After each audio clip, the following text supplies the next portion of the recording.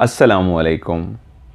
Horror stories के एक new episode के साथ मैं हूं Mazhar Malik. Thank you so much and love you so much आप सबके प्यार भरे फीडबैक का।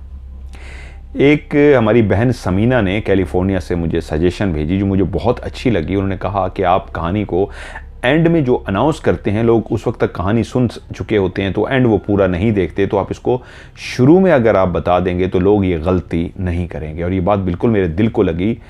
अक्सर बात मैं बार बार कहानी के एंड में कहता हूँ, लेकिन अक्सर ही वही गलती हुई होती है। वो इतनी सी सिर्फ बात है कि जब भी आप मुझे अपनी कहानी भेजना चाहें कि आपकी कहानी को मैं प्रोग्राम में शामिल करूँ, तो आप अपना नाम, अपने शहर का नाम, तमाम किरदारों का नाम मुझे रियल बताया करें।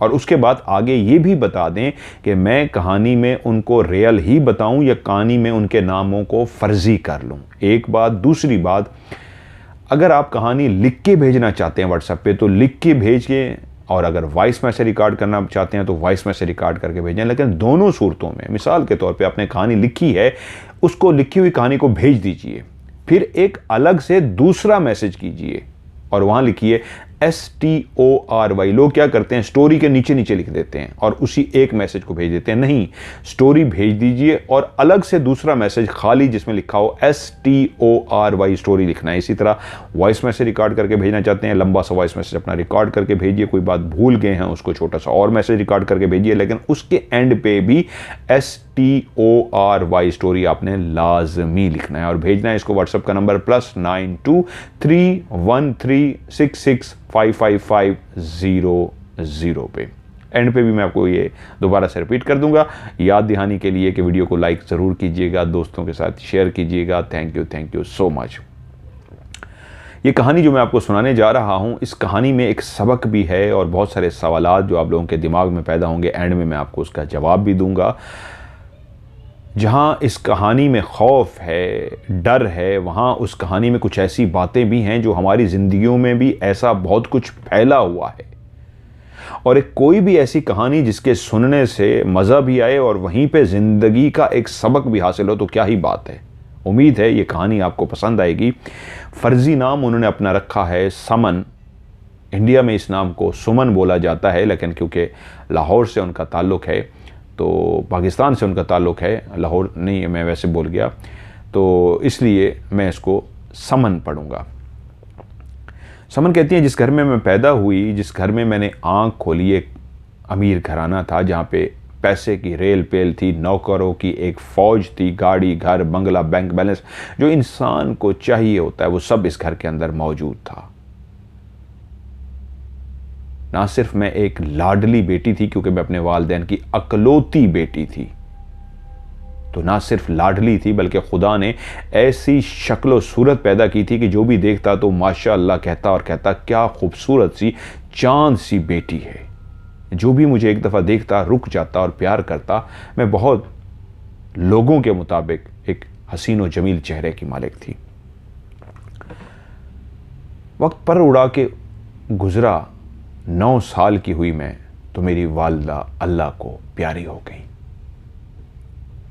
अब मैं 9 साल की हो चुकी थी। वालिद साहब को सबने मशवरा दिया कि आपको दूसरी शादी कर लेनी चाहिए, बच्ची छोटी है, उसको माँ चाहिए। यूं वालिद साहब ने दूसरी शादी कर ली और उसके बाद जितना भी कारोबार था, सारा बिजनेस उन्होंने जर्मनी में शिफ्ट कर दिया और यूं हम लोग जर्मनी में शिफ्ट हो गए। हमारे साथ दादी अम्मा भी थी, हम सब के बाद बाहर के ही नेशनलिटीज़ थी, तो इसलिए हमें कोई मसला नहीं हुआ। हम सारी फैमिली जर्मनी शिफ्ट हो गए। वालिद साहब ने जो दूसरी शादी की, उससे अल्लाह ताला ने भी औलाद वालिद साहब को दी, बेटा और बेटी। लेकिन मैं बड़ी बेटी थी और मैं जैसे जैसे बड़ी होती जा रही थी, मेरे हुस्न में इजाफा होता जा रहा था। लोग मुझे देख के कहते कि या तो ये कोई गोरी है या कोई पठानी है। मेरे चेहरे पे रंग और रूप इस अंदाज का था कि जैसे पठानों के चेहरे लाल सुर्ख होते हैं, ऐसे ही मेरा चेहरा लाल सुर्ख था। खुदा ने जैसे खुद से मेकअप करके भेजा हो।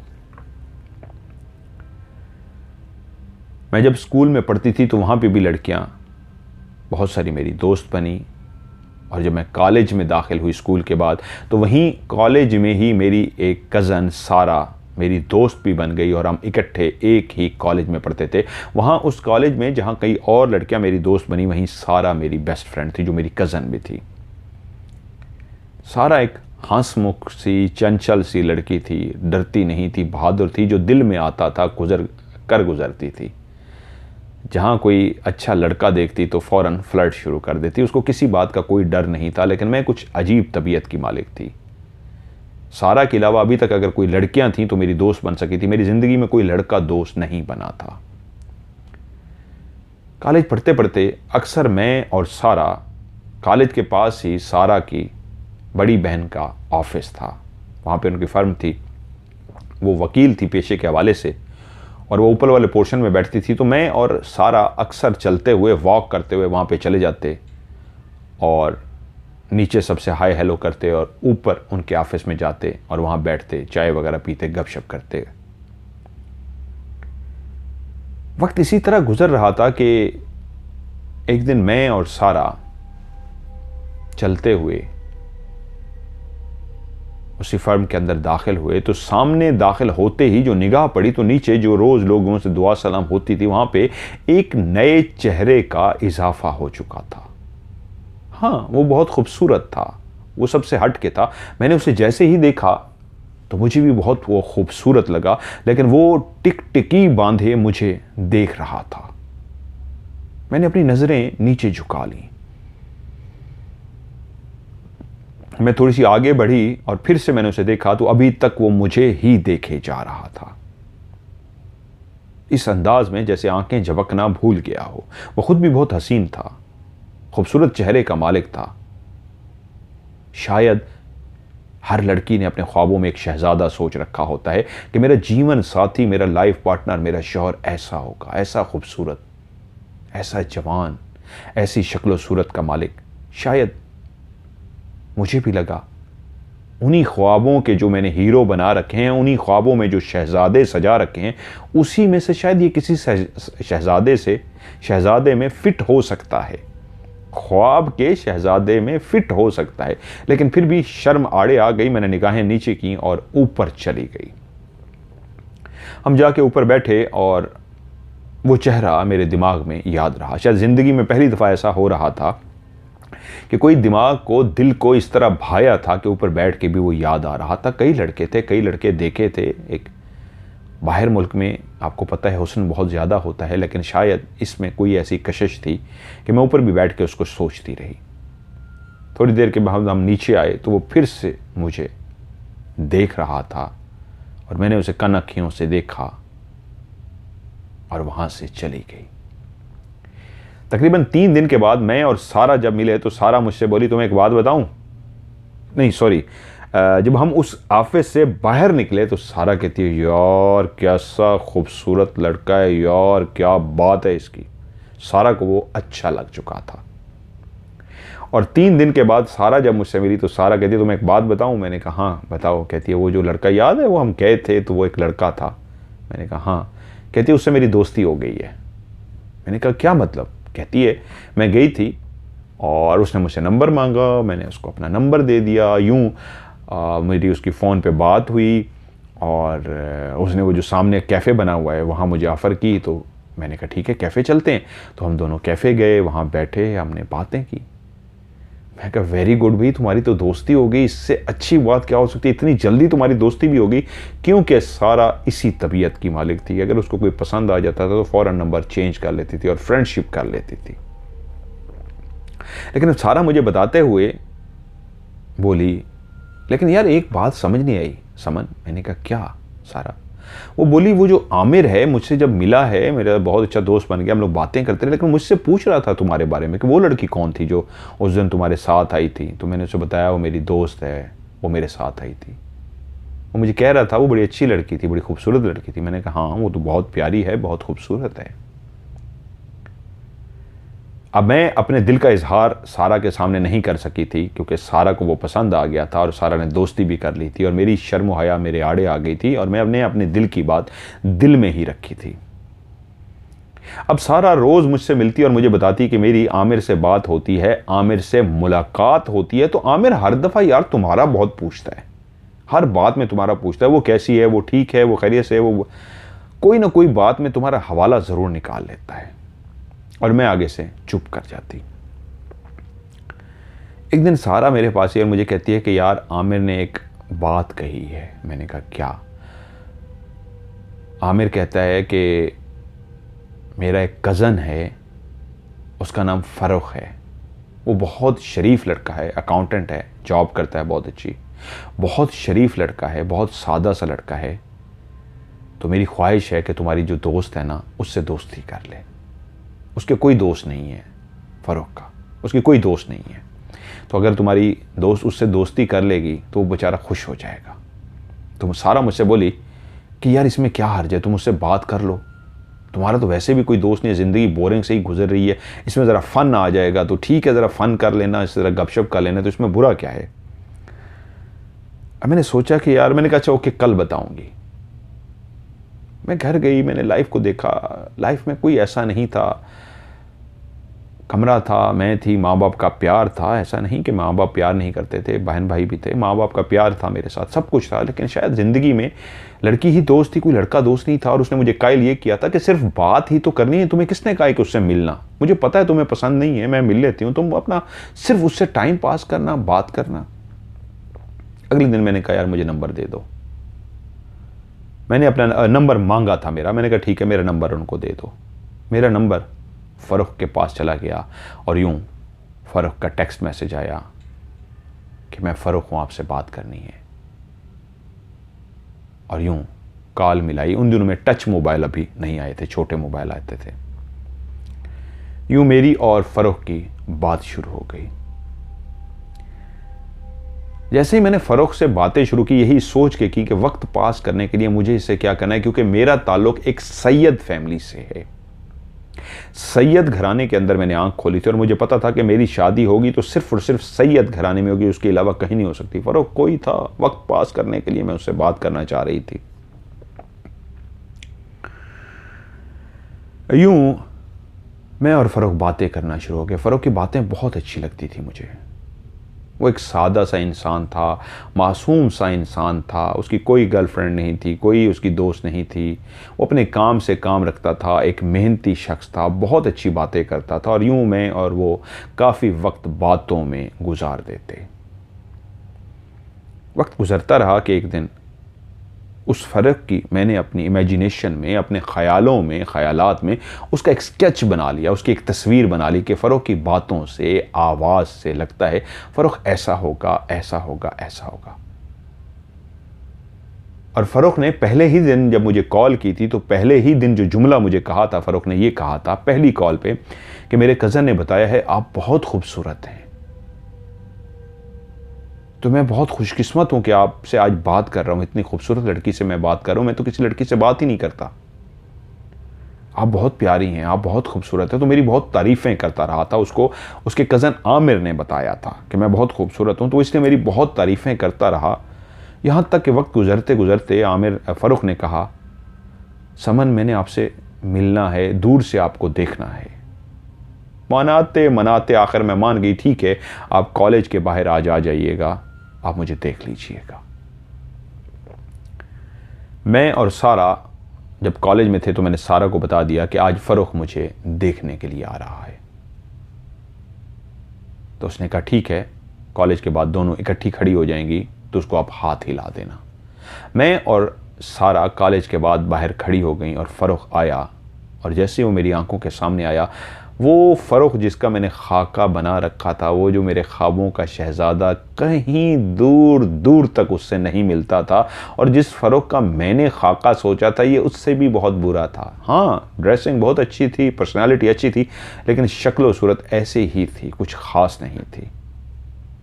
उसने मुझे देखा और मैंने फ़ारूक को देखा। फ़ारूक ने देख के मुझे हाथ हिलाया और हमने दोनों ने हाथ हिलाया। कुछ देर के बाद वो वहाँ से चला गया। और जब मैं घर पहुंची तो मेरा दिल अजीब सा हो चुका था। क्या मैं इससे बात करूं? और पहली बात है, मैं बात क्यों कर रही हूं? मुझे उससे बात नहीं करनी चाहिए। और दूसरी बात, वो तो वैसे भी अजीब सा है, जैसा मैंने सोचा था वैसा बिल्कुल नहीं है। उसकी शक्ल और सूरत देख के तो दिल ही मेरा ख़राब हो गया। लेकिन उसकी टाइम पे कॉल आ गई, और जब कॉल आई तो मैं खुद शशोपंज में मुब्तला थी। मुझे लगा ये बहुत ज़्यादती होगी, आज उसने मुझे देखा है और आज मुझे वो कॉल कर रहा है, अगर मैंने कॉल ना उठाई बहुत गलत होगा। मैंने उसकी कॉल उठा ली, और उसने कॉल उठाते ही पहला जुमला जो मुझे कहा, समन मुझे पता है मैं आपके लायक नहीं हूँ, मुझे पता है आप बहुत खूबसूरत हैं, मैं आपके बिल्कुल लायक नहीं हूँ। और जब ये उसने जुमले कहे तो मुझे एकदम एहसास हुआ कि नहीं वो हर्ट हो रहा है। मैंने कहा नहीं नहीं ऐसी कोई बात नहीं है। उसने कहा नहीं मुझे पता है ना, आप मुझसे अब बात नहीं करना चाहेंगी, आप मुझसे मिलना नहीं चाहेंगी क्योंकि मैं आपके लायक नहीं हूँ, आप बहुत खूबसूरत हैं, आपको तो कोई भी खूबसूरत मिल जाएगा, आप मुझसे क्यों बात करेंगी। तो मुझे लगा नहीं हर्ट हो रहा है। मैंने कहा नहीं नहीं फ़ारूक ऐसी कोई बात नहीं है, और मैंने उससे फिर से बात करनी शुरू कर दी, जो अभी तक उसके बारे में सोच रही थी बात करूं ना करूं, वैसे भी वो मेरे ख्यालों के मुताबिक नहीं है। लेकिन उसके इस जुमले ने मुझे हर्ट किया कि नहीं उसका दिल टूटेगा। वो कह रहा था कि मैं आपके लायक नहीं हूँ, आप बहुत खूबसूरत हैं, आप तो मुझे नहीं बात करेंगी। मैंने कहा नहीं नहीं मैं बात करूँगी, मैं ऐसी नहीं हूँ। शायद मेरे अंदर की जो नरमी थी वो आड़े आ गई, और मैं उससे फिर बात करना शुरू हो गई। अब रोज़ाना जब हमारी बात होती तो उस बात के दौरान फ़ारूक स्टार्ट करते ही जो पहला जुमला कहता, वो कहता मैं आपके लायक तो नहीं हूँ लेकिन आप मुझसे बात कर लेती हैं, आपकी बहुत मेहरबानी, आप बहुत खूबसूरत हैं, ये तो आपकी ज़रा नवाजी है, ये तो आपका बहुत बड़ापन है, आप मुझसे बात करती हैं, मैं वाकई आपके लायक नहीं हूँ। लेकिन उसकी बातें बहुत खूबसूरत होती थी, वो दिल का बहुत अच्छा था, बातें बहुत खूबसूरत करता था। फिर सिलसिला चल निकला, बातें करते करते करते करते कब दिल में फ़ारूक के लिए मोहब्बत जागी ये मैं नहीं जानती, कब मुझे फ़ारूक से मोहब्बत हो गई पता ही ना चला। और फ़ारूक ने भी बातों बातों में महसूस कर लिया था कि अब मैं भी बेचैन रहने लगी हूँ, इसका इंतज़ार करने लगी हूँ, मैं भी उससे दिल की बातें करती। और फ़ारूक ने भी अपने दिल की बात मुझे कह दी थी कि मैं इस काबिल तो नहीं हूँ आपके, लेकिन क्या करूँ, दिल के हाथों मजबूर हूँ, आपसे प्यार कर बैठा हूँ, आपसे मोहब्बत हो गई है। और मैंने भी उसको अपनी मोहब्बत का बता दिया कि मैं भी तुमसे मोहब्बत करती हूँ। और यूँ मोहब्बत के इजहार हो गए, हम दोनों एक दूसरे के साथ बातों में लगे रहे। और ये बात जब मेरी कज़न सारा को पता लगी तो वो एकदम से हाइपर हो गई और कहती तुम्हारा दिमाग ठीक है, तुम पागल हो गई हो, मैंने तुम्हें इसलिए नंबर दिया था कि तुम उससे शादी मोहब्बत बढ़ा लो, ये तो इसलिए था कि कुछ टाइम वक्त पास करने के लिए उससे बात कर लिया करो, बस ठीक है, तुम ये किस चक्रों में पड़ गई हो, तुम्हें पता है मोहब्बत के बाद क्या होगा, तुम सोचोगी कि तुम उससे शादी कर सको, और तुम जिस फैमिली से हो क्या तुम्हारी शादी होगी। और अपने आप को देखा है तुम कहाँ, और उसकी शक्ल देखिए वो कैसा, क्या हो गया है, समन संभालो अपने आप को, ये पागलपन है। और मैं तुम्हें कतई इसकी इजाज़त नहीं दूंगी, एक दोस्त होने के हवाले से मैं सख्ती से इसकी मुखालफत करूंगी, ये सही नहीं है। सारा की बातों ने मुझे झंझोड़ दिया था। वो कह तो ठीक रही है, मैं किस ट्रैक पे चली गई हूं, ये मैं क्या कर रही हूं, ये मैं क्या सोच रही हूं। मैं अपने आप को समझाने की कोशिश करती थी, लेकिन फिर जब उसकी कॉल आती तो फिर ऐसी बातों में हम दोनों खो जाते कि लगे ही रहते।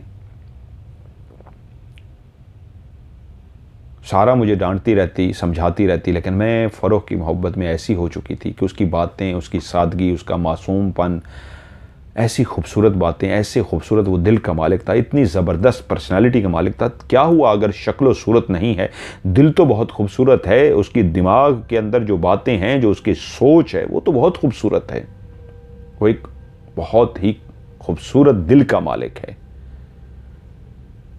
तो मुझसे फ़ारूक बोला अगर आपके घर वाले शादी के लिए नहीं मानेंगे तो हम कोर्ट मैरिज भी तो कर सकती हैं, हम दोनों जाएंगे कोर्ट में शादी कर लेंगे हम, क्योंकि उस वक्त मेरी उम्र 18-19 साल हो चुकी थी। उसने कहा हम कोर्ट में शादी कर लेंगे, आपको परेशान होने की ज़रूरत नहीं, लेकिन हम शादी करेंगे। और मैं शादी तक के लिए तैयार हो चुकी थी, अपने आप को ज़हनी तौर पे उस खूबसूरत लफ्ज़ों के मालिक शख्स फ़ारूक से शादी के लिए तैयार कर चुकी थी। बातें करते करते एक दिन फ़ारूक ने मुझसे कहा सुमन आज तुमसे कुछ कहना है। मैंने कहा क्या? उसने कहा मेरा ताल्लुक पाकिस्तान क्वेटा से है, मेरी बहन की जिस जगह पे शादी है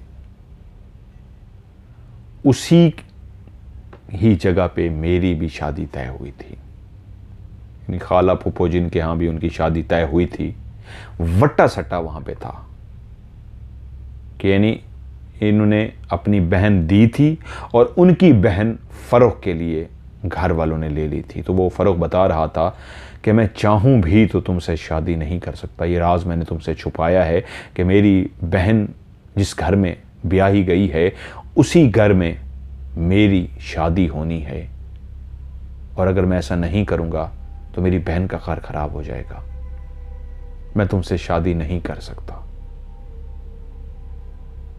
ये एक ऐसा राज मुझ पे खुला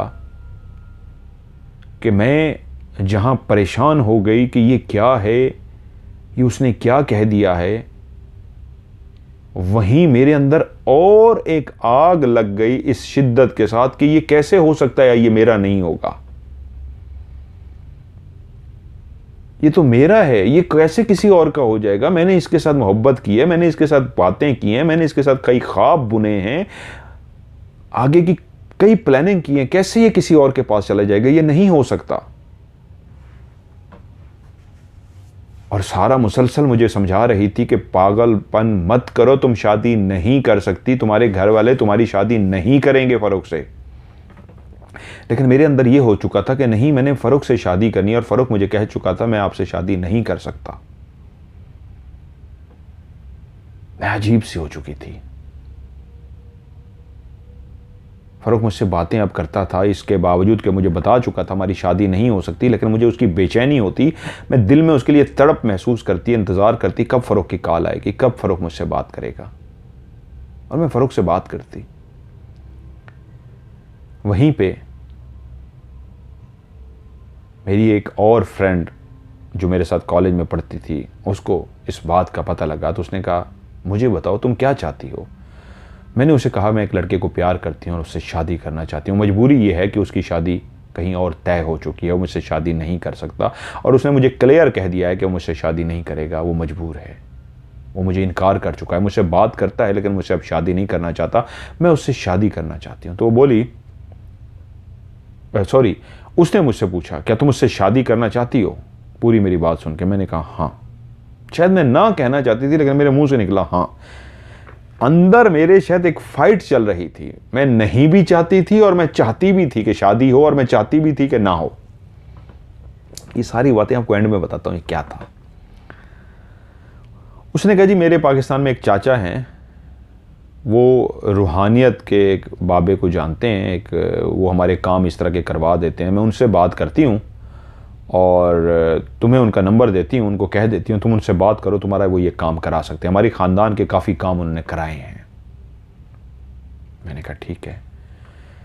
उसने बात की और अगले दिन मुझे उनका नंबर दे दिया कि ठीक है तो मेरी बात हो गई है, तुम उनसे बात कर देना। अगले दिन मैं गई, मैंने कॉल मिलाई, उनका मेरा तारफ़ हो चुका था, मैंने उनको बताया जी मैं समन हूँ, और मेरी उस दोस्त ने कहा था अपना केस खुद से उनको बता देना। मैंने अपना सारा केस उनको बता दिया कि मैं सैयदज़ादी हूँ, एक सैयद घराने से हूँ, खाती पीती फैमिली से हूँ, सब कुछ है, लेकिन मैं एक लड़के से प्यार कर बैठी हूँ, ऐसा ऐसा है। सारा मामला उनको बता दिया। उन्होंने मेरी सारी कहानी सुनी। कहते हैं कि मैं एक आमिल को जानता हूँ, उसके पास एक जिन है, उस जिन की मदद से काम करता है, तो मैं कल उससे बात करूँगा, फिर मैं आपको बताऊँगा। मैंने कहा ठीक है। अगले दिन मैंने उसकी कॉल का इंतज़ार किया तो उसने मुझे, चाचा ने कॉल किया और बताया। मैं उस आमिल के पास गया था, आमिल ने कहा कल मेरा जिन आ जाएगा, किसी काम से गया है, उससे पूछ के मैं बता दूंगा, जिन अगर हाँ कर देता है तो काम हो जाएगा।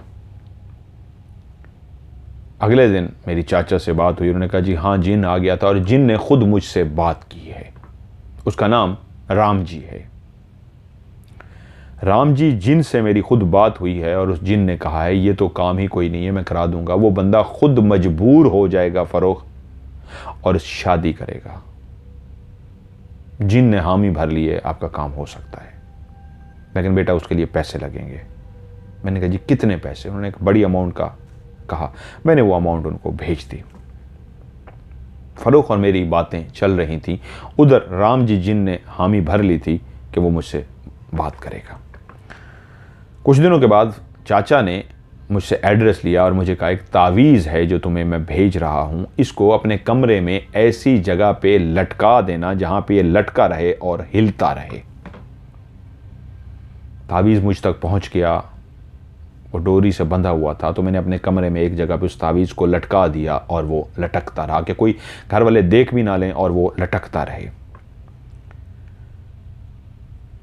कुछ दिनों के बाद फ़ारूक से तो बात रोज़ हो रही थी मेरी। फ़ारूक ने फिर से मुझे कहा, समन मैं तुमसे शादी करना चाहता हूँ, मेरा दिल बहुत बेचैन है तुमसे शादी करने के लिए, बस मुझे तुमसे शादी करनी है, चाहे कुछ भी हो जाए मैं तुमसे शादी करूँगा। बातें तो हम उसी तरह पहले की तरह कर रहे थे, सिर्फ शादी का जिक्र ही बीच में से निकल गया था क्योंकि फ़ारूक ने कहा था मैं शादी नहीं कर सकता, बाकी तो सारा कुछ वही था। मैं खुश हो गई कि चाचा ने अपना वादा पूरा कर दिखाया। राम जी जिन ने जो कहा था तावीज़ मैंने लटका दिया, तो इसका मतलब है काम कर रहा है, ये शादी के लिए भी कह रहा है, तो अब मेरी शादी हो जाएगी। मेरी ज़िद हो चुकी थी कि मैंने ही फ़ारूक से शादी करनी है।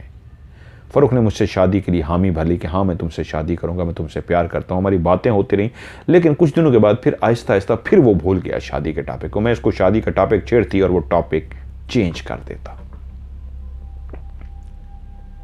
वक्त गुजरता रहा, फिर से मैंने चाचा को कहा।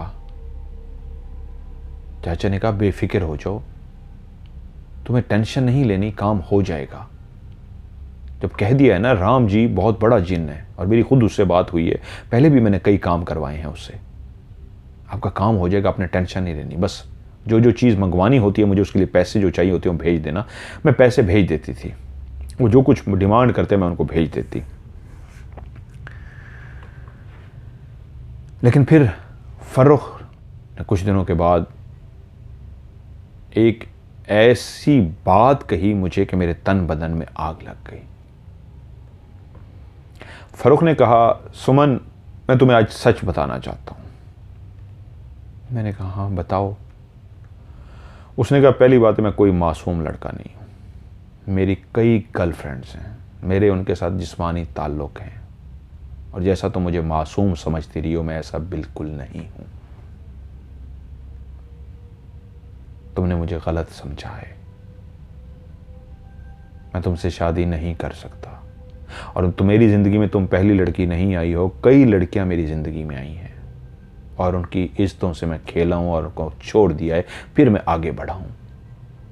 मैं तुम्हें आज अपनी हकीकत बता रहा हूँ और यही सच है जो मैंने तुमसे छुपाया है। आज खुद मैं तुम्हें अपना सच बता रहा हूँ। और तुम्हें एक बात बताऊँ, आमिर तुमसे दोस्ती करना चाहता था। आमिर ने तुम्हारी दोस्त सारा से जो दोस्ती की थी, वो उसने इसलिए दोस्ती की थी, उसने सारा से नंबर इसलिए लिया था कि सारा से दोस्ती करके वो तुम्हें अपना दोस्त बनाना चाहता था। जब तुमने पहली दफ़ा उसको देखा था, उसने तुम्हें पहली दफ़ा देखा था, तो वो तुम्हें दिल ही दिल में पसंद करने लगा था, वो तुम्हें अपनी फ्रेंड बनाना चाहता था। तो तुम्हारी दोस्त ज़रा फ्लर्ट किस्म की थी, उसके साथ दोस्ती हो गई, तो उसने दोस्ती फौरी इसलिए की थी कि तुम तक पहुंचेगा। लेकिन उनके बीच में ऐसी दोस्ती बन गई कि उसने फिर मुझे कह दिया कि यार एक खूबसूरत लड़की है, तुम्हें उसका नंबर दूं, दोस्ती करा दूं। मैंने कहा हाँ ठीक है करा दो, क्योंकि वो मुझे जानता था मैं लड़कियों के मामले में खुले तबीयत का बांधा हूँ, मैं लड़कियों से दोस्तियाँ करता रहता हूँ। तो इस तरह उसने मेरी दोस्ती तुमसे करा दी। तो इसलिए मुझे तुमसे कोई शादी नहीं करनी और ये नहीं है। हाँ, तो मेरे दोस्तों में जब मैं बैठता था, मैं कहता था एक खूबसूरत लड़की देखो, शोखियाँ मारता था, एक खूबसूरत लड़की देखो मेरी दोस्त है और मेरे पीछे है, मेरी दीवानी है। हाँ ये बात सही है। फ़ोन तो बंद हो चुका था, लेकिन उसके आवाज़, उसके जुमले, उसका वो जो मुझे बताना था कि वो अपने दोस्तों में शोखियाँ मारता था कि इतनी खूबसूरत लड़की मेरे पीछे दीवानी है, देखो मेरे पीछे पागल है, और कई लड़कियां मेरी दोस्त हैं, तो मुझे उल्टा उस पर गुस्सा होना चाहिए था, उससे नफरत होनी चाहिए थी, उसके खिलाफ मेरा दिमाग भर जाना चाहिए था। बल्कि वहां पे मेरे अंदर और आग भड़क उठी कि इस बंदे ने इस्तेमाल किया, ये मेरा है, मैं ही इसी से शादी करूंगी, शादी होगी तो इसी से। मैंने चाचा को कहा क्या कर रहे हैं आप, वो तो ये बातें कर रहा है, मुझसे अलग हो रहा है। तो चाचा ने मुझे शायद ये भी समझाया, बेटा वो इस तरह का बंदा है, वो घटिया बंदा है, आप एक सैयद घराने से हो, किन चक्रों में पड़ गई हो, ये क्या कर रही हो। मैंने कहा आप मुझे लेक्चर मत दें, मुझे ये बताएं मेरा काम हो सकता नहीं, मैंने इतने पैसे दे दिए आपको, इतना कुछ कर दिया, क्या बनेगा? उसने अभी तक मुझसे शादी की हामी नहीं भरी। आप तो मुझे इस तरह कहते थे 1 मिनट में हाजिरी, शादी हो जाएगी, आराम से हो जाएगी, ये हो जाएगा, कहाँ है वो सब कुछ? कहते हैं रुको, कल तक मुझे टाइम दो। अगले दिन उन्होंने मुझे फ़ोन किया, चाचा कहते हैं मैंने राम जी से बात की है, राम जी तुम्हारे पास आएगा और राम जी खुद तुम्हारे पास आएगा, वो जिन राम जी खुद तुम्हारे पास आएगा और खुद आके तुमसे बात करेगा, तुम उसको बताना और वहीं पे तुम्हारे मसले को हल कर देगा। मैंने कहा आप ये क्या कह रहे हैं? राम जी एक जिन है और आप कह रहे हैं मैं एक लड़की हूं, एक जिन मेरे पास आएगा, मैं उससे बात करूंगी। तो कह रहे इसमें हर्ज क्या है? तुम्हें उससे डरने की जरूरत नहीं है, वो तुम्हारे सामने नहीं आएगा जब तक तुम कहोगी नहीं। तुमने उसको अपने काम का करना है और उसे खुद डायरेक्ट पूछना ही है ना तुमने कि मेरी शादी का क्या बना। उसी ने हामी भरी थी, अपनी शादी का पूछना, वो तुम्हें बता देगा। तो मैंने कहा वो आएगा कैसे? उसने कहा वो जो तावीज़ तुम्हारे कमरे में लटका हुआ है, उसी तावीज़ के जरिए वो पहुंच जाएगा। वो तावीज़ कहाँ है उसको वो एड्रेस मिल जाएगा, वो तावीज़ ही एड्रेस है, उस तावीज़ को ढूंढता वो डायरेक्ट तुम्हारे घर पहुंचेगा। तुम्हें परेशान होने की जरूरत नहीं है, वो तुम्हारा काम कर देगा। अब फोन तो बंद हो गया, लेकिन अब मेरे जहन में था कि अब राम जी जिन ने मेरे घर आना है और मैंने उससे अपनी शादी के मुतल्लिक पूछना है। फरूक का रवैया बिल्कुल बदल गया था, मुझसे बहुत कम बात करता था, लेकिन मेरे अंदर कई सोचें थीं। मैं सोचती थी कि ये मैं किस डगर पे चल रही हूं। वो शख्स शक्ल सूरत का भी एक आम इंसान है, वो किरदार का भी बद है, मुझसे शादी भी नहीं करना चाहता। उसने मुझसे झूठ बोला, असल में उसकी शादी कहीं पहले से तय थी, पहले दिन से जानता था कि उसकी शादी वट्टा सट्टा के तौर पे हो चुकी है, वो मुझसे शादी नहीं कर सकता। फिर भी उसने मुझसे मोहब्बत की पींग बढ़ाई, मुझे मोहब्बत के ट्रैक पे डाला और फिर मुझे उसने ये भी बता दिया था कि मैं बुरा इंसान हूं, लड़कियां इस्तेमाल करता हूं और तुम पहली लड़की नहीं हो और मैं शोखियां मारने के लिए सिर्फ तुम्हें अपनी दोस्त बनाया था, इससे ज़्यादा कुछ नहीं। उसके बावजूद मेरे अंदर इतनी एक अजीब सी कैफियत हो चुकी थी जहां मैं चाहती थी सबसे भाग जाऊं। ये मैं किस गलत ट्रैक पे हूं,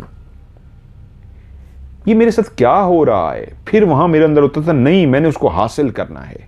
दो कैफियत दिमाग में चलती थी, एकदम उसके ऊपर गुस्सा आता, एकदम उससे खार नफरत आती और एकदम दिल कहता नहीं, इसने मेरे साथ धोखा किया है, इसने मुझसे शादी करनी थी, हम दोनों ने मोहब्बत की है, ये कैसे भाग सकता है, मैंने इसको नहीं छोड़ना। इस कैफियत से मैं दो चार थी, मुझे खुद भी नहीं पता ये कैसी कैफियत थी। एक तरफ नफरत थी और एक तरफ हासिल करने की ख्वाहिश, और उस ख्वाहिश में मैं इतनी आगे बढ़ गई थी कि पैसे का बेइंतहा बेदरेग इस्तेमाल कर चुकी थी, चाचा को दे चुकी थी। और अब उन्होंने कहा था कि राम जी जिन तुम्हारे पास आएगा, और आज रात को मैं अपने कमरे में लेटी थी और मेरे कमरे की खिड़की पहली दफ़ा खुली थी, क्योंकि नॉर्वे में बहुत ज़्यादा सर्दी होती है, इतनी ठंड होती है कि आप लोग सोच भी नहीं सकते, बहुत ठंड होती है नॉर्वे में।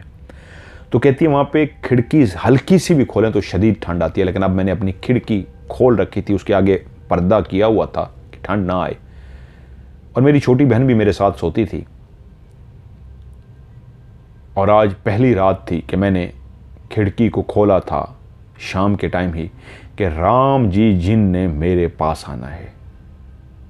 और मैंने चाचा से पूछा था मैं राम जी जिन को पहचानूंगी कैसी, वो कैसा है? तो उन्होंने मुझे बताया था उसके बड़े बड़े बाल हैं, पूरे जिस्म पे उसके बाल हैं, उसका मुंह भी बालों से उलझा हुआ है, उसका सर आगे की तरफ झुका हुआ है और वो काला स्याह सा है, आंखें उसकी सफ़ेद हैं, दांत उसके सफ़ेद नजर आएंगे, और वो आके खुद ही तुमसे बात करेगा। जब वो तुमसे बोले तो तुम उससे जो भी, डरना मत, जो भी सवाल जवाब हो उससे पूछ लेना। अब राम जी जिन के इंतज़ार में मैं खिड़की खोल के बिस्तर पे आज जल्दी ही लेट गई थी। कमरे में उस तावीज़ को मैंने देखा जो मैंने लटकाया हुआ था कि वो अपनी जगह पे कायम है या नहीं है, तो वो तावीज़ लटक रहा था, क्योंकि उसी तावीज़ को ही ढूंढते ढूंढते उसने मेरे घर तक पहुंचना था। अब वो जिन पाकिस्तान से उड़ता हुआ नॉर्वे आ रहा था मेरे घर, मेरे काम को करने के लिए।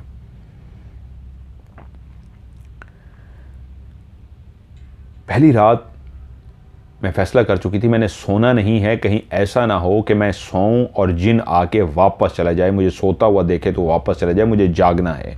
तो मैं अपने बिस्तर पे लेटी जागती रही और सामने उस पर्दे को देखती रही जिसके पीछे खिड़की खुली हुई थी जहाँ से उस जिन ने आना था।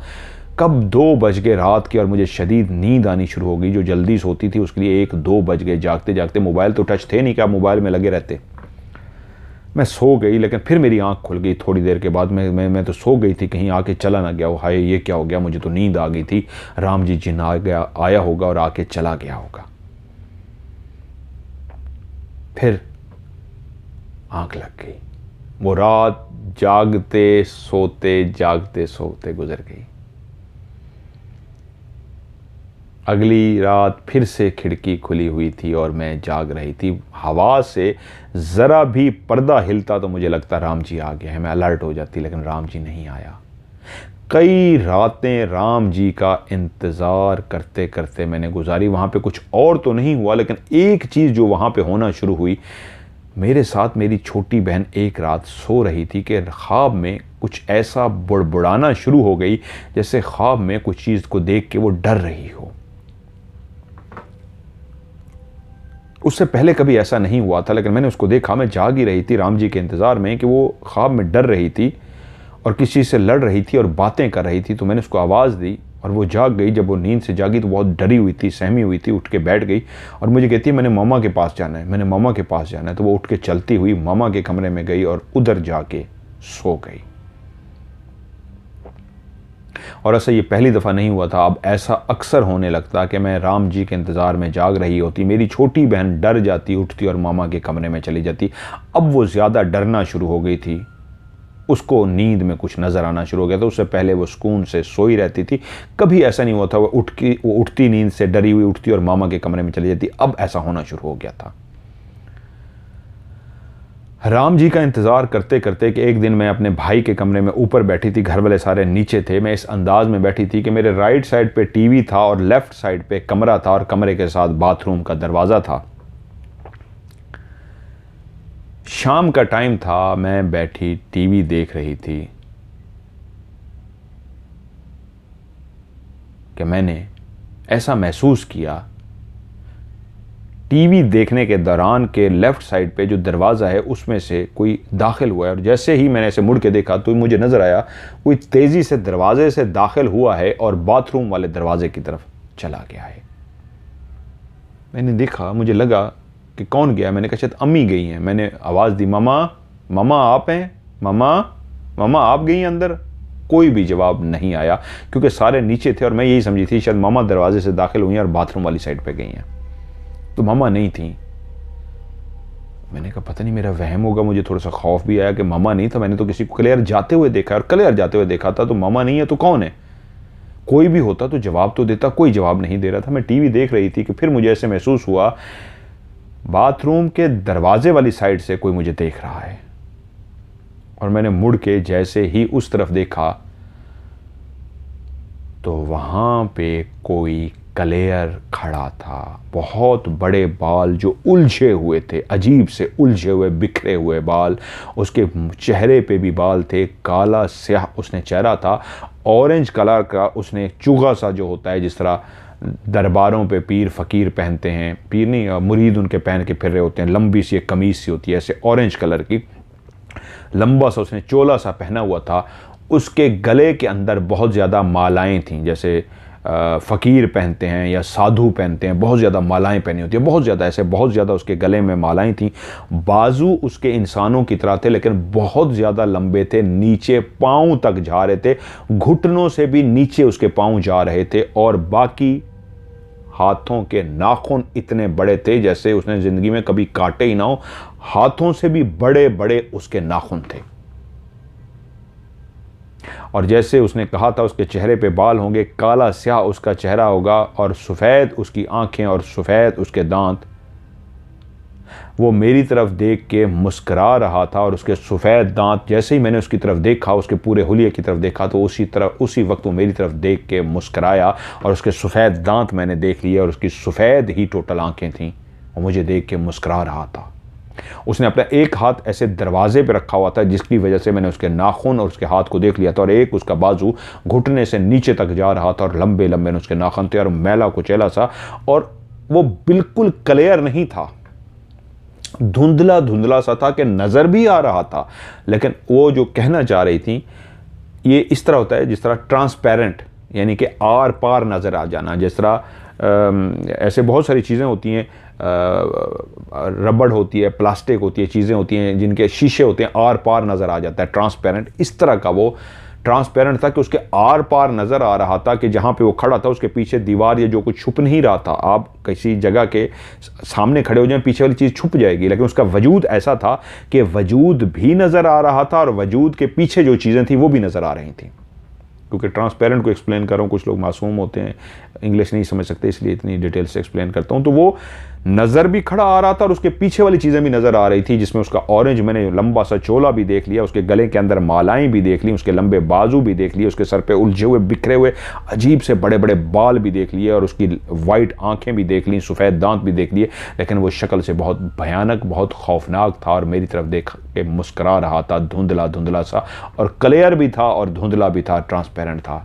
लेकिन मैंने जैसे ही उसको देखा, ठक ठक ठक ठक ठक ठक, मेरे दिल की धड़कन तेज हो गई, ठक ठक ठक ठक ठक ठक ठक ठक ठक ठक ठक ठक ठक ठक ठक ठक ठक ठक ठक, दिल की धड़कन इतनी तेज हो गई, मैंने उसको क्लियर देख लिया था। मैं जब तक उसको देखती रही वो मुझे देख के मुस्कुराता रहा, गायब नहीं हुआ, और एकदम से मैंने मुंह फेर लिया, मेरी बर्दाश्त से बाहर हो गया था। मुझे लगता था मैं ऐसे बैठी बैठी बेहोश हो जाऊंगी, ऐसा भयानक। वो मेरे ही कमरे में, मेरे भाई के कमरे में बिल्कुल सामने खड़ा हुआ था, ऑरेंज चोला पहने हुए थे और मुस्कुरा रहा था मुझे देख के। ये वही राम जी जिन था जिसने मेरे घर आना था रात के टाइम पे। वो शाम को ही मेरे सामने आके खड़ा हुआ, मुझे मुस्कुरा रहा था। मैंने अपना मुंह फेर लिया और देखती रही, मेरी दिल की धड़कन तेज थी। फिर मुझसे बर्दाश्त ना हुआ, फिर मैंने मुड़ के उस तरफ देखा, वो वहां पे नहीं था, वो वहां से जा चुका था। मैं एकदम से अपनी जगह से उठ के खड़ी हो गई और जल्दी से चलती हुई अपने कमरे में चली गई। ये मेरा वहम नहीं था, 1% भी शकू को शुबायत नहीं था, 100% मुझे यकीन था। मैंने उस जिन को, राम जी को खड़े हुए देखा, जैसे हुलिया उन्होंने बताया था वैसा उसका हुलिया था, और क्लियर वो मेरे घर में आया था। अगले ही दिन मैंने चाचा को कॉल की और जैसे ही मैंने हेलो कहा तो चाचा बोला, हाँ राम जी बता रहा था वो तुम्हारे घर पहुंच गया था, उसने तुम्हें मुस्कुरा के भी देखा था, वो बता रहा था कि तुम आगे से डर गई थी तो इसलिए वो वहां से चला गया। तुम डर क्यों गई थी? तो इसका मतलब है चाचा जानता है कि वो राम जी जिन मेरे घर आया था और उस जिन ने चाचा को बता दिया था कि मैं उसके घर गया हूं, उसको देख के मुस्कुराया हूं, लेकिन वो मुझसे डर गई है। मुझे कहते तुम्हें कहा तो था उससे डरना नहीं है, जब तुम्हारे सामने वो आ गया, खड़ा मुस्कुरा रहा था, तो डरी क्यों हो? उनको पहले पता लग गया था। मैंने कहा मैंने पहली दफ़ा देखा है ना, मैं एक लड़की हूँ, मैं 18-19 साल मेरी उम्र, मैं डरती नहीं तो क्या, मैं कब जिन्नों को देखती रही हूँ जो मैं नहीं डरूंगी। तो मुझसे बोले बहरहाल वो परेशान मत हो, वो फिर आएगा, वो तुम्हारी तरफ आ जाएगा, बस अब ये है कि अब काम मुकम्मल करना है, जल्दी से काम मुकम्मल करना है, कुछ पैसे और भेज दो ताकि जो काम है जल्दी से मुकम्मल हो जाए। मैंने फौरी तौर पे उनको पैसे भेज दिए और एक बड़ी अमाउंट जो उन्होंने मांगी मैंने भेज दी, क्योंकि मुझे काम करवाना था। मुझे हर सूरत में और जुनून बढ़ता जा रहा था, क्योंकि अब उसकी मेरी बात होना ख़त्म हो गई थी। फ़ारूक मुझसे बात नहीं करता था, काफ़ी टाइम हो गया था, और मेरे अंदर और जुनून बढ़ गया था कि अब मुझसे बात नहीं करता, मैंने उसको हासिल करना है, वो मेरे अलावा कहीं शादी नहीं कर सकता। मैंने पैसे भेज दिए और उन्होंने मुझे कहा था कि वो खुद राम जी दोबारा आपसे राब्ता करेगा, आपने उसको कुछ नहीं कहना, आपने उसको बुलाना नहीं, कुछ नहीं करना, वो खुद ही आपसे राब्ता कर लेगा, वो आ जाएगा। और राम जी ने कहा है उसको कहो बेफिक्र हो जाओ, उसका काम हो जाएगा, आपका काम हो जाएगा, उस राम जी जिन ने कहा है, बस पैसे भेज दो। मैंने पैसे भेज दिए। अब मैं कुछ दिन से इंतज़ार में थी, उलझी हुई थी कि ये मैं कहाँ हूँ, मैं क्या कर रही हूँ। एक तरफ मैं चाहती हूँ मुझे फ़ारूक मिल जाए, मेरी उससे शादी हो जाए, दूसरी तरफ मुझे लगता है कि वो एक अजीब सा शख्स है, मुझे उस पर शक भी होता है, मुझे उस पर गुस्सा भी आता है, मुझे उससे नफ़रत भी होती है। मुझे वो किरदार अपना बता चुका है, उसकी शादी कहीं हो चुकी हुई है, वो मुझे बता चुका है कि उसने ये मेरे साथ ऐसा किया कि उसको नंबर दिया गया कि इसको फंसाओ, उसने मुझे, ये क्या है। लेकिन मुझे उससे शादी भी करनी थी। तो मैंने अल्लाह ताला से कहा, या अल्लाह क्या है ये, मैं उलझ गई हूँ, मैं फंस गई हूँ, या अल्लाह ये क्या है। कहीं मुझे इंतज़ार था कि राम जी दोबारा वो जिन मेरे पास आए और मुझे आके बताए, और कहीं मुझे इंतज़ार था कि नहीं मैंने हर सूरत में उसको शादी करनी, और कहीं मेरा दिल कहता था ये मैं कहाँ उलझी हुई हूँ, ये मैं क्या चाह रही हूँ, मैं तो ऐसी नहीं थी, मुझे कभी ऐसे लड़के की तलब नहीं थी जो शक्ल सूरत कभी नहीं है। मुझे खूबसूरत लड़का मिल सकता था, पढ़ा लिखा मिल सकता था, मैं पढ़ी लिखी थी, खूबसूरत थी, अमीर फैमिली से थी, मेरे अंदर कोई चीज़ की कमी नहीं थी, सैयद फैमिली से मुझे रिश्ता मिल जाना था। तो फिर मैं ऐसे लड़के के पीछे दीवानी क्यों हुई हूँ। वो खुद मुझे कह रहा है मैं तुमसे शादी नहीं करनी, मैं एक आवारा लड़का हूँ, मैंने तुम्हें सिर्फ उलझाया है बातों में, चक्कर दिया है शो मारने के लिए कि मेरी एक लड़की से ये गया है, ये सुन रहे हैं कहानी, इस वक्त मौजूद हैं, ये कहानी सुन रहे हैं, जिन्नात कहानी सुनते हैं और इसको मैंने देख लिया। बहरहाल वो बातें कर रही हैं कि वो दोस्तों में बैठ के शोखियाँ मारता है, मेरे ने एक लड़की को फंसा लिया, ये देखो खूबसूरत लड़की मेरे पीछे, और मैं दीवानी हो रही हूँ, या अल्लाह ये क्या है। शायद अल्लाह को मैंने याद किया, तो उसी लड़की जिसने मुझे उस चाचा का बताया था, अगले दिन उसको मुझे कॉल आ गई, मैंने कॉल अटेंड की, वो मेरी दोस्त थी। मैंने कहा हाँ क्या हाल चाल है। मुझे कहती है एक बात बताओ, तुम्हारी चाचा से आजकल बात हो रही है। मैंने कहा हाँ हो रही है, क्यों। कहती है मैं तुम्हें एक बात क्लियर बता दूं, मेरे घर वालों ने मुझे बताया कि वो फ्रॉडिया शख्स है, मेरे घर वालों से पैसे लूट लिए हैं, उसने कई ज़्यादा पैसे निकलवा लिए हैं, हमारे रिश्तेदारों से भी पैसे निकलवा लिए हैं। जब जाके उन्होंने उसका पता किया है वहाँ पे जाके, तो वो कई लोगों को फ्रॉड कर चुका है, लूट चुका है, किसी का काम आज तक नहीं हुआ, वो पैसे लेता रहता है, फ्रॉड कहता रहता है। और मैं तुम्हें इसलिए आज फ़ोन करके बता रही हूँ, बच जाओ उस बंदे से, वो फ्रॉडिया शख्स है, किसी का उसने काम नहीं किया। मेरी फैमिली के जो शुरू में हमें लग रहा था काम हो रहे हैं, जिस पे हमने पैसे दे दिए थे, कोई काम भी नहीं हुआ। वो फ्रॉड है टोटल, पैसे लेता है, धोखा देता है, कोई काम नहीं करता। मैंने कहा तुम्हें बता दूं, आगे तुम्हारी मर्जी, हम तो बच गए हैं उससे भाई, उससे बचना। मैंने तुम्हें उसका रेफरेंस दिया था ना, तो हमें अब उसका पता लगा, जब उसके घर गए हैं पता लगा है, तो वो तो है ही फ्रॉडिया, सारे उसको फ्रॉडिया कहते हैं, 2 नंबर बंदा है। जब उसका फ़ोन बंद हुआ ना, तो मैं ऐसे सजदे में गिर गई और रोना शुरू हो गई। एकदम मुझे लगा जैसे मेरा दिमाग माउफ हुआ था और मेरा दिमाग खुल सा गया है, जैसे सब कुछ मेरे आगे क्लियर हो गया। और मैं रोती रोती रोती सजदे से उठी हूँ, अपनी इबादत करके उठी हूँ, तो मुझे लगा मैं रिलैक्स हो चुकी हूँ। और मुझे लगा ये मैं कहाँ खो गई थी, ये मैं कहाँ फंस गई थी, ये मेरे साथ हुआ क्या है। फरोख की वैल्यू क्या है, उसकी औकात क्या है। घटिया शख्स जो अपने मुंह से कह रहा है मैं उसके लिए शादी के लिए मरी जा रही हूँ, उससे शादी करने के लिए, जिसने मुझे इस्तेमाल किया, जिसने मुझे खुद कह दिया कि उसको आमिर मुझसे दोस्ती करना चाहता था, और जब उसकी दोस्ती सारा से हो गई तो आमिर ने मेरा नंबर एक और लड़के को दे दिया कि तू इसको फंसा। उसने मुझे दोस्त बनाया, शोखियां मारी, और आज वो मुझे कह रहा है मैं तुमसे शादी नहीं कर सकता। ये क्या है। खुदा ने उस सजदे के बाद मेरे दिल को बिल्कुल क्लियर कर दिया, मेरे दिल से वो बिल्कुल उतर गया। मैंने कहा नहीं मुझे कोई फ़र्क चाहिए, ना ही मुझे कुछ और चाहिए, मुझे अपनी ज़िंदगी गुजारनी है। मेरे रब ने मेरे दिमाग को बिल्कुल क्लियर कर दिया, जो मैं उलझी हुई थी, जो मेरा दिमाग माउफ था, वो सब नॉर्मल हो गया, मैं ज़िंदगी की तरफ नॉर्मल हो गई। फिर मेरे वालिदैन ने वक्त के साथ मेरी अरेंज मैरिज हुई और मेरी शादी कर दी। आज मैं अल्हम्दुलिल्लाह अपनी शादी बहुत ज़बरदस्त तरीके से गुजार रही हूँ, मैं अपनी लाइफ में बहुत खुश हूँ। आज जब मैं कहानी, उन्होंने मुझसे मैसेज किया हुआ था कि सर मेरी कहानी कब सुनाएंगे, तो मैंने आज उनको मैसेज किया, तो उनकी मेरी बात हुई है। नॉर्वे उनका ओरिजिनल कंट्री है उन बहन का। मैंने उनको कुछ सजेशन भी दिए, शायद वो रब्ता कर लेंगी। मैंने उनको कहा है क्योंकि वो फिर एंग्जाइटी पेशेंट भी हुई हैं, काउंसलिंग भी वो ले रही हैं और चीज़ें उनके साथ। हाँ एक चीज़ जो यहाँ भूल गया मैं, उन्होंने भी एंड में मुझे लिखी, मैं भी भूल गया। उन्होंने, उनके साथ प्रॉब्लम कहाँ पे शुरू हुए, जब अल्लाह ताला ने उनको उस सजदे के बाद दिल को सुकून दे दिया, तमाम दिमाग से बातें निकल गईं, तो उन्होंने सबसे पहले वो जाके वो तावीज़ उतारा। बड़ा सा एक तावीज़ था, उस तावीज़ को जब उन्होंने खोला तो उस तावीज़ के अंदर हड्डियाँ थीं और क्या था, संदूर मेरे ख्याल में लिखा हुआ है, मैं फिर भी चेक कर लेता हूँ। वो कहती हैं मैंने उस तावीज़ को जब खोला तो उसके अंदर हड्डियाँ थीं बाकायदा, और सिंदूर लफ्ज़ लिखा हुआ था। फिर भी क्योंकि मैं अपनी तरफ से ना बोल जाऊँ जी, हाँ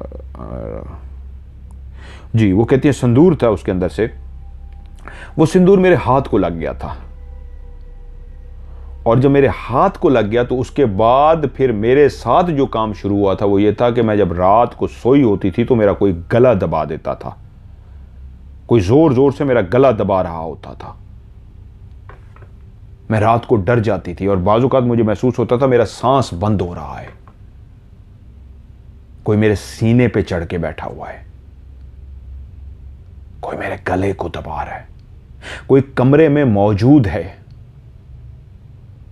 कुछ आंखें हैं जो मुझे देख रही हैं, कोई खिड़की के बाहर है।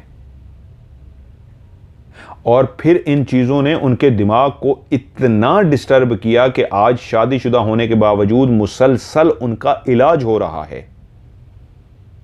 वो कह रही हैं मेरी काउंसलिंग चल रही है, मेरा इलाज हो रहा है, मेरे सारे टेस्ट क्लियर हैं, लेकिन डॉक्टर कहते हैं कुछ सदमा है, कोई ऐसी चीज़ है जो उन्होंने अपनी तरफ से डॉक्टर ने अंदाज़ा लगाया जिसकी वजह से इतनी ये डिप्रेशन में है।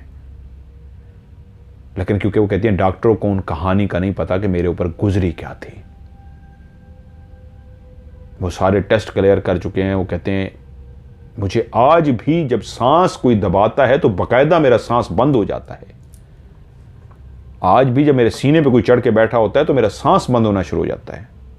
और ये मेरा वहम नहीं है, ये हकीकत है। फिर मुझे एंग्जाइटी भी हो गई।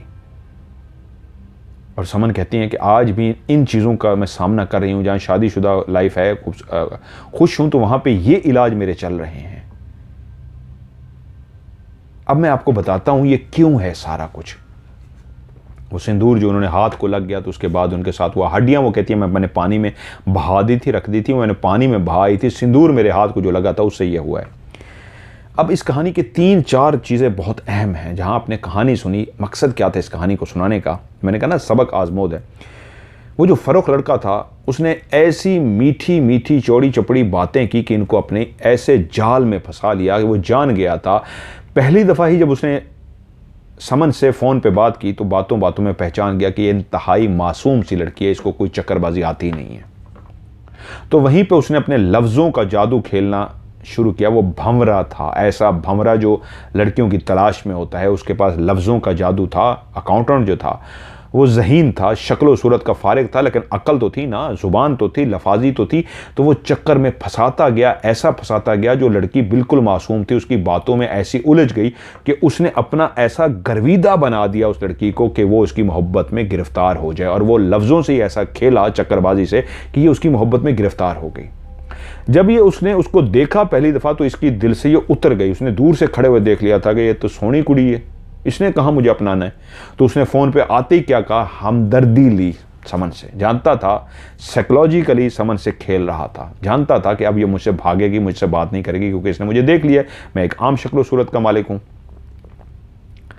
उसने फ़ौरन क्या कहा, मुझे पता है आप मुझे बंद ठुकरा देंगी, पता है आप मुझसे आइंदा बात नहीं करेंगी क्योंकि मैं आपके काबिल नहीं हूँ ना, आप बहुत खूबसूरत हैं। जो ऐसी जो बातें कर रहा था, जानता था ये लड़की दिल की बहुत अच्छी है और जब मैं ऐसी बातें करूँगा तो इसका दिल पसीज जाएगा, इसका दिल नर्म पड़ जाएगा और इसको गिल्टी फील होगी कि हाँ यार अगर वो ऐसा कह रहा है मैं इससे बोलना ख़त्म करती हूँ तो ये तो सही कह रहा है। वो बेचारा कितना तकलीफ़ में होगा कि उसकी शक्ल की वजह से मैंने उसको छोड़ दिया। वो तो दुखी हो जाएगा कि देखो यार कैसी मगरूर लड़की है, मेरी शक्ल की वजह से मुझे छोड़ दिया। तो ऐसी बातें की कि ये इस अंदाज में सोचे और उसने उसी अंदाज में सोचा। वो बात नहीं करना चाहती थी, उसके दिल से उतर चुका था, लेकिन उसने फिर बातें ऐसी की कि उसको बातों में घेर लिया और उसने कहा हाँ यार इसका दिल ना टूटे, मैं इसको इस वजह से ना छोड़ूं कि ये अच्छी शक्ल का मालिक नहीं है। फिर उसने उसको बातों में लगाया। जब उसने देखा पूरे मज़े लिए कि बातों बातों में उसने इस लड़की को फुल अपनी उसमें जकड़ लिया है, उसने कहा अब ये मोहब्बत के चक्कर में आ गई, अब इसको पूरी मोहब्बत। तब उसने कहा भाई मेरी तो शादी हो चुकी है। देखा क्या रिएक्शन आता है, लड़की तो पागल हो चुकी थी। रिएक्शन क्या आना था, उसने कहा मैंने तो फिर भी तुमसे शादी करनी है। उसने कहा मेरा वट्टा सट्टा है। लड़की ने कहा मैंने फिर भी तुमसे शादी करनी है। कुछ अरसे उसने कहा मैं तुम्हें और भी बता दूँ, मैं बहुत तेज़ तरार चीज़ था, लड़कियाँ तो मेरे लिए मुश्किल नहीं है, मैं लफ्ज़ों में लड़कियों को घेर लेता हूँ, मेरी कई गर्लफ्रेंड है, मेरा ये है ये है। लड़की फिर मोहब्बत में इतनी दीवानी कर चुका था, उसको पता था मेरी दीवानी, वो मज़े ले रहा था, दोस्तों को दिखा रहा था देखो इतनी खूबसूरत लड़की मेरे पीछे दीवानी है।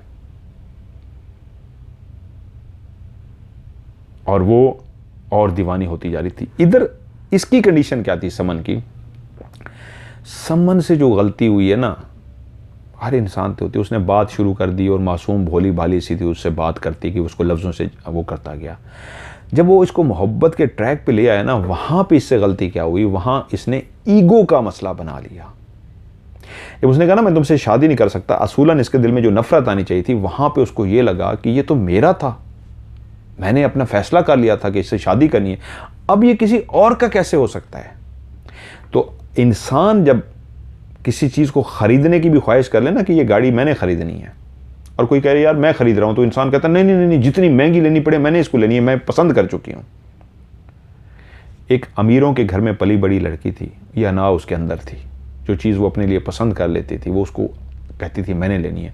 दिल की वो बहुत अच्छी थी, बहुत शरीफ, बहुत नेक, बहुत अच्छी, लेकिन वो गलती क्या कर बैठी, अना उसको समझ नहीं, उसकी अना उस वक्त आ गई कि नहीं नहीं नहीं ये तो मेरा है, क्योंकि उसको मोहब्बत में तो उलझा चुका था, वो फैसला कर चुकी थी कि बुरा, क्योंकि पहले उस लड़की ने उस पर तरस खाया, तरस खाते खाते वो उसको अपने लफ्ज़ों से अपने आशिक बना बैठा, वो उसकी आशिक हो गई, उससे मोहब्बत करने लगी, और फिर उसने कहा जा भाग जा, मैं तुझसे शादी नहीं करता। तो वो फिर मजबूर क्या होगी, मोहब्बत कर बैठी थी, उसने कहा नहीं नहीं नहीं नहीं, मैं तो ख्वाब देख बैठी हूँ, जैसा भी था मैंने तो इसी के साथ ख्वाब देख लिखे हैं ज़िंदगी गुजारने के, मैंने तो ज़िंदगी गुजारनी इसी के साथ है, मैं कैसे इसको छोड़ दूँ।